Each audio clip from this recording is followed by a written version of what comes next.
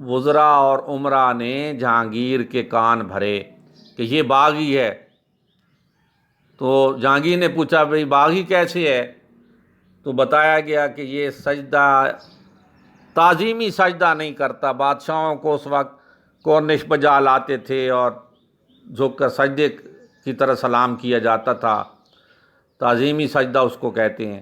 اور حضرت مجدد الفسانی نے اس سے انکار کیا تھا.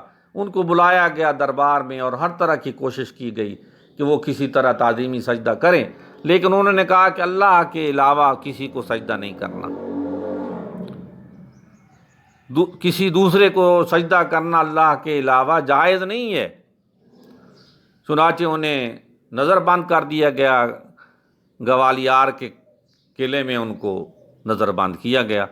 اب یہاں ویسے میں معلومات کے طور پر بتاتا ہوں کہ مشیت تیز دی ہے نا اللہ تعالیٰ کو، ان سے یہی قید کی صورت میں بھی ان سے دین اسلام کو فائدہ ہوا کہ وہاں جو غیر مذاہب کے لوگ تھے، جب آپ وہاں گئے گوالیار میں تو وہ بھی دین اسلام قبول کرنے لگ گئے. تو یہ شان خداوندی ہے. اب اس کو آگے دیکھتے ہیں. بعد میں ان کو رہا کر دیا گیا اور وہ ساتھ ہمیشہ پھر بادشاہ کے لشکر کے ساتھ ہی رہے، اور ان کی تعلیمات کا یہ اثر ہوا. یہ آگے نثر پارے کو شروع کیا ہے کہ آپ دیکھیں وہ فَإِنَّ مَعَ الْعُسْرِ يُسْرًا، إِنَّ مَعَ الْعُسْرِ يُسْرًا، کہ سختی ہے، مشکل ہے، دشواری ہے، اور اس کے بعد آسانی ہے. اور پھر آسانی ہوئی. شاہ جہاں جو ہے بادشاہ اور اس کا بیٹا جو ہے اورنگزیب، انہی کی تعلیمات کی وجہ سے دین کے خادم بنے. لیکن بچوں، جو زوال شروع ہوا وہ اورنگزیب کی وفات کے بعد ہوا. دیکھیے، اورنگزیب کے بعد ہی اس کے بیٹوں کے باہمی نفاق اور کمزوری کی وجہ سے مغلیہ سلطنت کا زوال شروع ہو گیا. اب اس کے جو بیٹے تھے اس نے مختلف اسٹیٹس، ریاستیں ان کو دیں کہ آپ یہاں حکمرانی کریں. لیکن جیسے اورنگزیب عالمگیر کی وفات ہوئی تو ہر جو اس کا بیٹا تھا اس جانشیں بننے کی اس نے کوشش کی کہ اقتدار میرے پاس آئے. 1707 کے بعد تو ان کے باہمی آپس کا جو نفاق تھا، عداوت، بغض اور دوغلا پن، وہ بڑھ گیا اور کمزوری پیدا ہوئی. تو ظاہر ہے آپس میں جب انہوں نے لڑنا شروع کر دیا تو حکومت مغلیہ وہ کمزور ہو گئی. اور مرہٹوں اور ہندوؤں کے کئی گروہوں نے سر اٹھایا. وہ تو پہلے ہی ایسے تھے کہ ہمیں کسی طرح یہاں حکمرانی ملے. انگریزوں نے اپنے قدم جمائے اور ملک میں انتشار اور افراتفری شروع ہو گئی. لیکن ایسے گئے گزرے حالات میں بھی قوم کو فروغ دینے اور اسلام کو سر بلند کرنے کے لیے کوششیں جاری رہیں. اب دیکھیے آگے دو مشہور حکمرانوں کا ذکر ہوگا. میسور کے سلطان حیدر علی اور اس کے بیٹے سلطان ٹیپو نے نہ صرف ہندوؤں اور انگریزوں کا مقابلہ کیا بلکہ افغانستان، ترکی اور پھر فرانس کو بھی اپنے ساتھ شامل کرنے کی کوشش کی. آپ شیر میسور سلطان ٹیپو، جو سلطان حیدر علی کا بیٹا تھا، صاحبزادہ تھا، اصل نام فتح علی تھا، تو بہت بہادر تھا. اور آپ کی معلومات کے لیے کہ راکٹ سازی اور میزائل سازی کا جو موجد ہے وہ ٹیپو سلطان ہے. 1792 میں انگریزوں کے خلاف پہلی بار انہوں نے راکٹ میزائل کا کامیاب تجربہ کیا اور کافی کامیابی حاصل ہوئی اور انگریزوں کو اس سے شکست ہوئی. اب یہ دیکھیے سلطان ٹیپو نے بیرونی روابط بھی قائم کیے ہوئے تھے. تو انگریزوں نے جو چال چلی وہ یہ چلی کہ پہلے تو انہوں نے سلطان ٹیپو کے جو بیرونی روابط تھے افغانستان، ترکی اور فرانس کے ساتھ، ان کو کمزور کیا، اور جو سب سے خطرناک بات ہوتی ہے، اپنوں میں سے اگر کوئی ضمیر فروش ہو تو وہ زیادہ خطرناک ہوتا ہے۔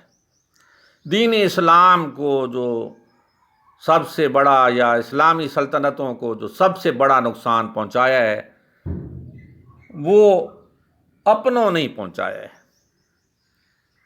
تو چنانچہ سلطان ٹیپو کے وزراء اور عمرہ میں سے کچھ لوگوں کو خرید لیا گیا، اور سرنگا پٹم 4 مئی 1799 میں سلطان ٹیپو کی شہادت ہوئی، اور غدار جو تھے، ملت کے غدار میر صادق، میر قاسم، دشمنوں کے ساتھ جو ملے ہوئے تھے، ان کی وجہ سے سرداروں نے ساتھ نہیں دیا، تو کامیابی اس وجہ سے حاصل نہ ہو سکی۔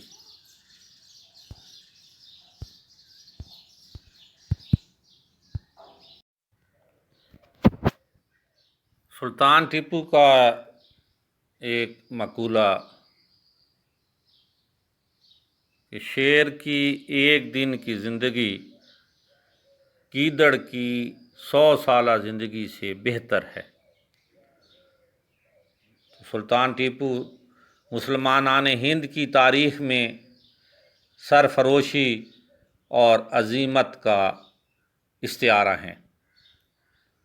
ایک تھوڑی سی تصحیح کہ جلدی میں نے قلعے کو قلعہ یا قلعے پڑھ دیا ہے، تو یہ زبر کے ساتھ ہے، گوالیار کے قلعے میں نظر بند کر دیا گیا۔ حضرت مجدد الفسانی، جن کا اصل نام شیخ احمد سرہندی، 1564 میں پیدا ہوئے تھے اور 1624 میں ان کی وفات ہوئی تھی۔ ڈاکٹر غلام مصطفیٰ خان دوسرے نثر پارے میں عام شخصیات میں شاہ ولی اللہ دہلوی، ان کے پوتے شاہ اسماعیل، سید احمد بریلوی اور سر سید احمد خان کی خدمات کا ذکر کریں گے۔ فرماتے ہیں اسی زمانے میں شاہ ولی اللہ دہلوی اور ان کے صاحبزادوں نے مسلمانوں کی اخلاقی اور معاشرتی برائیوں کو دور کرنے کی تحریک شروع کی۔ پھر ان کے پوتے شاہ اسماعیل نے اپنے مرشد سید احمد بریلوی کے ساتھ اسلامی اصولوں کو دوبارہ رائج کرنے اور ملک کو غلامی سے آزاد کرانے کی کوشش میں 1831 میں اپنی جانیں قربان کر دیں، تاہم انہوں نے مسلمانوں کے دلوں میں جوش اور ولولہ پیدا کر دیا تھا۔ جہاں تک دیکھتے ہیں، شاہ ولی اللہ دہلوی جو ہیں، حاشیہ جو نیچے لائن لگی ہے اور دو شاہ ولی اللہ دہلوی کے ساتھ 2 دائرے میں لکھا ہوا ہے، تو دوسرے نمبر پر اس کی وضاحت کی گئی ہے۔ شاہ ولی اللہ دہلوی آپ 1703 میں پیدا ہوئے، 1763 میں آپ کی وفات ہوئی۔ عالم دین تھے، دین کا علم رکھنے والے تھے، عالم تھے، اور محدث، حدیث کا علم رکھنے والے تھے، مصلح، اصلاح کرنے والے، مسلمانوں کی اصلاح کی۔ تو یہاں شاہ ولی اللہ دہلوی کے بارے میں 1-2 باتیں میں گزارش کرتا ہوں کہ شاہ ولی اللہ دہلوی کی جو خدمات میں قرآن پاک کا فارسی زبان میں جو ترجمہ ہے وہ شاہ ولی اللہ دہلوی نے کیا۔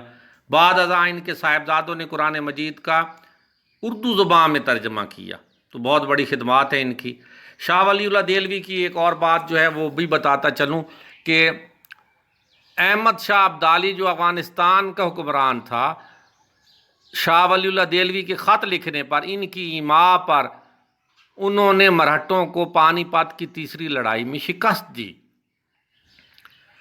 پھر یہاں یہ بات بھی گوش گزار کروں کہ جو حضرت مجدد الثانی کا جو دور ہے وہ مسلمانوں کے عروج کا دور ہے، جبکہ شاہ ولی اللہ دہلوی رحمۃ اللہ علیہ کا جو دور ہے وہ مسلمانوں کے زوال کا دور ہے۔ مغلیہ دور جو ہے، مغلیہ دور حکومت کا جو چراغ ہے وہ ٹمٹما رہا تھا۔ اور یہاں انہوں نے اور ان کے صاحبزادوں نے اس تحریک کو جو حضرت مجدد الثانی نے جس کا آغاز کیا تھا اس کی رفتار بڑھائی اور مسلمانوں کی اخلاقی اور معاشرتی برائیوں کو دور کرنے کی کوشش کی۔ اب معاشرتی برائیوں میں دو کا ذکر کر دیتا ہوں۔ جیسے ہندوؤں کے ساتھ رہتے رہتے ایک تو یہ اثر لے لیا مسلمانوں نے کہ بیوہ عورت ہوتی تھی تو اس کی شادی نہیں کرتے تھے، تو شاہ ولی اللہ رحمۃ اللہ علیہ نے ان کو سمجھایا کہ اسلام جو ہے وہ بیوہ عورت کی شادی کی اجازت دیتا ہے، وہ حکم دیتا ہے۔ اسی طرح جو فضول خرچی ہے اس سے بھی منع فرمایا۔ اب ان کے پوتے جو ہیں وہ شاہ اسماعیل، انہوں نے اور ان کے جو مرشد ہیں سید احمد بریلوی، انہوں نے دو باتوں کا ذکر ہوا ہے۔ ایک تو ہوا ہے کہ اسلامی اصولوں کو دوبارہ رائج کرنے کی کوشش میں، اور دوسرا جو ذکر ہوا ہے وہ ہے ملک کو غلامی سے آزاد کرانے کے لیے انہوں نے 1831 میں اپنی جانیں قربان کیں، 1831 پہ۔ تو یہ سید احمد بریلوی جو ہیں یہ تحریک مجاہدین سے وابستہ تھے اور امیر جہاد تھے یہ بالا کوٹ کے مقام پر ایبٹ آباد کے قریب، اور وہاں 1831 میں جام شہادت نوش فرمایا دونوں نے۔ اب ان کی شہادت جو ہے اس کا اثر مسلمانوں پہ بہت زیادہ ہوا اور مسلمانوں کے اندر جوش اور ولولہ پیدا ہوا۔ چنانچہ 1857 کی جنگ آزادی میں مسلمانوں نے پھر اپنے قدم جمانے کی کوشش کی، لیکن اس وقت جو انگریز تھے وہ مستحکم ہو چکا تھا، مضبوط ہو چکے تھے انگریز اس وقت، لہذا مسلمانوں کو کامیابی حاصل نہ ہو سکی۔ اب ایک جو ریفارمر ہیں مسلح جو ہیں ان کا ذکر جو ہیں وہ سر سید احمد خان، ان کے بارے میں بات ہوگی۔ اس زمانے میں سر سید نے مجبوراً انگریزوں سے مفاہمت کو غنیمت جانا اور مسلمان قوم کی اخلاقی اور تہذیبی اصلاح پر توجہ دی اور ان کے دلوں سے احساس کمتری کو دور کرنے کی کوشش بھی کی۔ یہاں پہ جو لفظ ہے یہ مفاہمت ہے۔ مفاہمت جو ہے کسی معاملے پر باہم سمجھوتا جو ہے وہ مفاہمت کہلاتا ہے، اور مفاہمت پسند شخص وہ ہوتا ہے کہ جو اس معاملے کو سمجھ بھی رہا ہوتا ہے اور اس کو حل کرنے کا طریقہ بھی اس کو معلوم ہوتا ہے۔ تو سر سید احمد خان نے مفاہمت پسند تھے اور انہوں نے بھی مسلمان قوم کی اخلاقی اور تہذیبی اصلاح شروع کی۔ اب احساس کمتری مسلمانوں کے اندر جو ہے وہ پیدا ہو چکا تھا، اس کو دور کرنے کی کوشش کی۔ احساس کمتری کی وضاحت میں آگے بیان کروں گا کہ 1885 میں ہندوؤں نے کانگریس کی بنیاد ڈالی۔ 1885 میں اس وقت تو یہ ظاہر کیا گیا کہ وہ ملک کی تمام قوموں کو ان کے حقوق دلوائیں گے، لیکن بعد میں پتہ چلا کہ وہ صرف اپنے حقوق کا تحفظ چاہتے ہیں۔ انہوں نے مسلمانوں کو ان کے کاروبار سے محروم کرنے کی کوشش کی اور وہ سرکاری ملازمتوں پر بھی قابض ہو گئے، اور پھر انہوں نے مسلمانوں کی مشترکہ زبان اردو کے مقابلے میں ہندی کو قائم کر دیا۔ اب بات سمجھنے کی کوشش کیجیے۔ احساس کمتری پہلے بھی ہو چکا تھا، لیکن 1885 میں عیاری سے انہوں نے یہ کانگریس بنائی اور مسلمان بھی اس میں شامل ہو گئے کہ ہمارے بھی حقوق کا تحفظ ہوگا، لیکن وہ حفاظت ان کے حقوق کی نہیں ہوئی۔ انہوں نے تو مسلمانوں کو کاروبار سے بھی بے دخل کرنا شروع کر دیا، ملازمتوں پہ بھی وہ قابض اور قبضہ کرنا شروع کر دیا۔ اس طرح مسلمان جو تھے ان کے اندر مرتبے یا دولت کے لحاظ سے کم تری کا احساس پیدا ہوا کہ کاروبار پر بھی ہندو چھا گئے ہیں اور ملازمت بھی ہے، اور چھوٹے چھوٹے موٹے جو کام ہیں وہ مسلمانوں کے ذمہ لگا دیے گئے۔ چنانچہ سر سید احمد خان نے اس وقت یہ بات کی کہ ایک تو سر سید نے مسلمانوں کو ہندوؤں کی کانگریس اور ان کی سیاست سے علیحدہ کرنے کی کوشش کی، اور جدید علوم اور معاشرتی علوم سے واقفیت دلانے کی کوشش کی۔ اس لیے انہوں نے وہاں پہ مدرسے قائم کیے، مراد آباد، غازی پور میں اور علی گڑھ میں۔ سر سید احمد خان کے ایک دوست مولانا محمد قاسم نے دیوبند میں مسلمانوں کی دینی تعلیم کی طرف توجہ دی۔ پھر سر سید احمد خان کے ایک رفیق، ایک دوست نواب وقار الملک نے 1906 میں کل ہند مسلم لیگ کے نام سے مسلمانوں کی ایک الگ تنظیم کی بنیاد ڈالی۔ یہ تنظیم ڈھاکے میں قائم ہوئی تھی، جہاں ہندوؤں نے سازش کر کے مسلمانوں کو زخم پہنچانے کے لیے مشرقی بنگال اور آسام کا وہ صوبہ جس میں مسلمانوں کی اکثریت تھی ختم کرا دیا۔ 1911 میں اسی علاقے کو پھر بنگال میں شامل کرا دیا۔ اب تھوڑی سی وضاحت کہ معاشرتی علوم اور جدید علوم کے ساتھ ساتھ دینی علوم کے لیے دیوبند میں بھی ادارہ قائم ہو گیا۔ پھر مسلمانوں کی سیاسی طور پر نمائندہ تنظیم کی جو ضرورت تھی، اسے 1906 میں اس کی بنیاد ڈالی گئی۔ ڈھاکہ میں نواب وقار الملک نے اس کی بنیاد رکھی، مسلم لیگ۔ اب تھوڑا سا مسلم لیگ کے قیام کی وضاحت کر دیتا ہوں کہ جب مسلمانوں نے دیکھا کہ 1885 میں قائم ہونے والی کانگریس ان کے حقوق کا تحفظ نہیں کر رہی،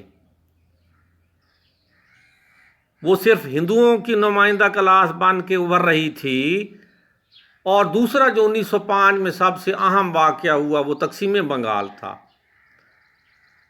اور جب انگریزوں نے دیکھا کہ بنگال بہت بڑا صوبہ ہے تو اس کو ایک گورنر کا چلانا اس کے بس کی بات نہیں، تو انہوں نے اسے 2 حصوں میں منقسم کر دیا، تقسیم کر دیا، مشرقی بنگال اور مغربی بنگال۔ اب مشرقی بنگال میں مسلمانوں کی اکثریت تھی، جبکہ مغربی بنگال میں ہندوؤں کی اکثریت تھی۔ تو بظاہر تو ظاہر ہے ہندوؤں کو بھی فائدہ ہے، مسلمانوں کو بھی فائدہ ہے، مشرقی بنگال میں مسلمان اکثریت سے، مغربی بنگال میں ہندو۔ لیکن ہندوؤں کو یہ بات بھی پسند نہ آئی، انہوں نے یہ سوچا کہ ہماری اجارہ داری بالکل ختم ہو جائے گی، لہذا وہ ہندو بنیاں، عیار اور مکار، اس کی منافقت پہ جو تھی وہ اب واضح ہوئی 1905 میں تقسیم بنگال کے بعد۔ وہ احتجاج جب انہوں نے شروع کیے تقسیم بنگال کے خلاف، تو اور پہلے بھی مسلمان کانگریس کو ناپسند کر چکے تھے، تو اب ضرورت تھی ایک نئی جماعت تنظیم کی جو صرف مسلمانوں کے حقوق کی نمائندگی کرتی اور اس کا تحفظ کرتی۔ چنانچہ مسلم لیگ جو ہے اس کا قیام عمل میں لایا گیا۔ اب بدقسمتی سے جب وہ ہندو تو ہر موقع پر زخم پہنچانے، شکست دینے اور نقصان پہنچانے کی کوشش میں رہتے تھے، تو 1911 میں وہ اپنے اس منصوبے میں کامیاب ہو گئے اور تقسیم بنگال منسوخ ہو گئی۔